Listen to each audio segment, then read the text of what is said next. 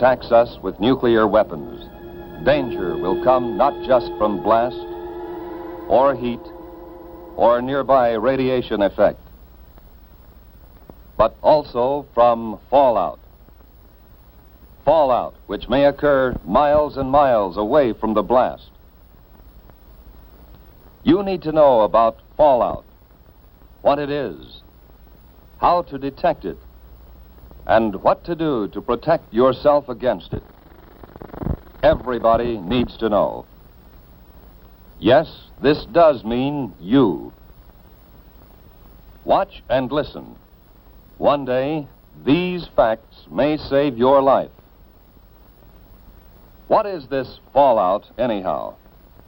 Just bits of radioactive fall out of the mushroom cloud of the nuclear explosion and settle on the ground.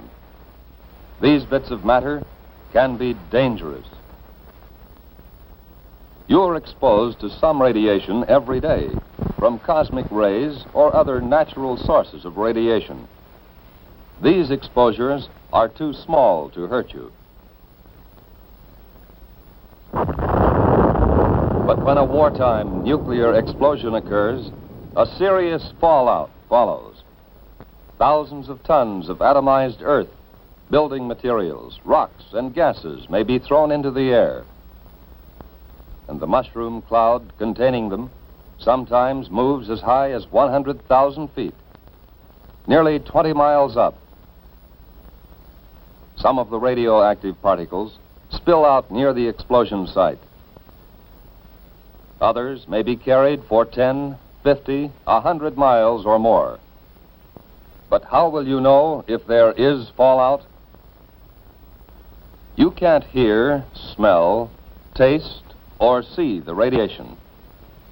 But you yourself can detect the fallout particles that produce it.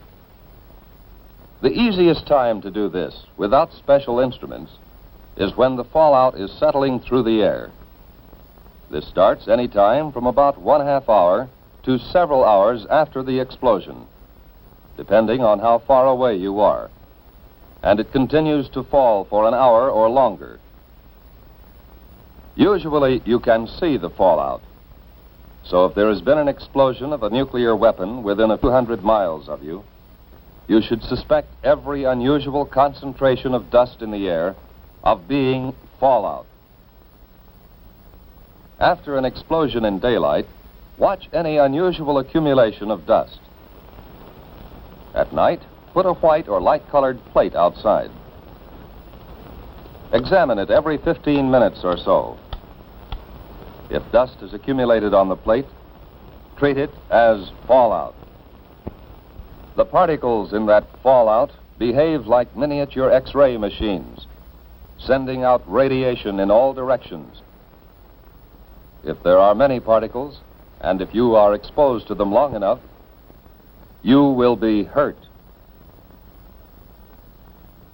Others will be watching for that fallout, of course. Experts will estimate the probable path and speed of approaching fallout and try to keep you posted. But it may come before you hear any details by radio or otherwise. You must take precautions, whether you hear their reports or not. If radio stations are operating, you will hear reports, especially on the Conelrad frequencies 640 or 1240 on your AM dial. As soon as it is safe for specially protected crews to get out into the open, these highly trained civil defense radiation detection teams will make a thorough check of radiation levels and characteristics. Those facts will be relayed to you by radio as fast as they come into Civil Defense headquarters in your area. Information from the radiation monitoring teams will be combined and analyzed by experts manning a central radiation control point. These experts, who know just how fast harmful radiation reduces in force, can predict when it will be safe for people to come out of shelters and resume normal tasks. We have warned that you may have to act before you get any detailed reports. Just what can you do if fallout comes your way? Find the best shelter you can. The more solid substance you can put between yourself and the fallout, the better. But an ordinary frame house with windows closed will give considerable protection. In a house, it's best to get on the floor, away from doors and windows. Or if you can, find a location with additional walls in the center of the building. A basement is even better if the house has one. Large buildings, such as apartment or office buildings, give good protection. The thick, heavy masonry of their walls and floors makes it hard for radiation to get through. Basements, inside rooms, or corridors on the lower floors are safest. The basement of any house or building will become a good improvised shelter if you block the windows with sandbags and place other sandbags on the floor above the shelter area. If you don't have sandbags, thick, solid layers of books, magazines or newspapers, or even a series of file cabinets standing close to each other can cut the radiation danger. In some parts of the country, there are storm cellars or outside vegetable storage cellars. They may be used as shelters from fallout. If you plan to use such a cellar or your basement or any other shelter, stock it with food and supplies. To equip and supply your shelter area, you need some of the same things you might take on a vacation camping trip. First, sleeping equipment to fit your shelter area. Folding cots or sleeping bags and blankets. Then, food and water. There should be at least a 2-week supply. You'll want plenty of fruit juices and lots of your family's favorite canned foods. The drinking water supply should be rotated often to be sure it's fresh. And don't forget such basic needs as sugar, salt, pepper, and other seasoning that your family ordinarily uses. Now, some equipment. A radio is very important. It should be a battery portable with spare batteries. A transistorized radio is best, as the batteries last longer. Next, you need light in the form of flashlights and a battery-operated lantern. Then, a good first aid kit. Now, plates, cups, silverware. A can opener and a bottle opener are important. Add to these things enough closed containers to take care of garbage and human waste.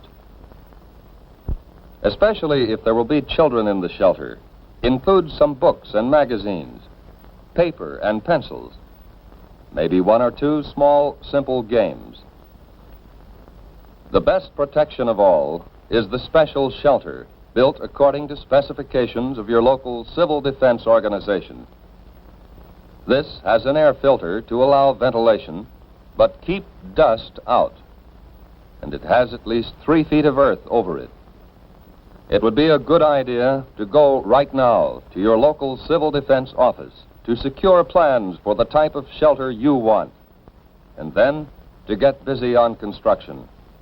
Plans are simple, using standard materials. So maybe you can do the job yourself.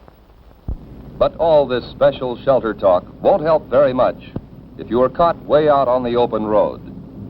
If that happens, keep driving until you see a building, which may be a house or barn, church or school. Drive as close to the building as you can. Then get yourself and your family out of the car and take cover in the building. If you live on a farm and have sufficient warning, get your animals under cover and give them enough food and water to last several days. And if you can, cover any piles of hay or harvested crops that may be outside. If the explosion has been some miles away, you will have time to fill tubs and other containers with water before fallout arrives. All locations where outside dust does not penetrate will be safe storage points for water. Whatever kind of shelter you find, settle down and make the best of it. If there are others with you, help them by being as calm as you can, and don't be discouraged. You can go out for very brief periods if you are well covered and keep the dust off your skin. Wear heavy boots or shoes and pants tucked in or tied around the bottom to keep dust out. If any dust gets on you, brush it off promptly. And when you have a chance, wash it off. That dust can burn your skin. But what happens if you do get exposed to a great deal of fallout? Food or water has been contaminated by the dust. Internal damage may occur. When dust has been left on skin, there will be skin burns. When you have been near dust too long, there may be radiation sickness. Exposure can even cause death. If you have had considerable exposure, you will vomit and grow weak. But after a few hours, this sensation will pass, and by the next day, you may have had the last of it. Even if you have been exposed to excessive fallout, you may eat and drink just as you normally would. But don't force yourself. Whether you have had these symptoms or not, if Civil Defense radio announcements have said that radiation has been high in your section, keep an eye on your condition for the next few days. Watch especially for these developments in the 2 weeks following exposure.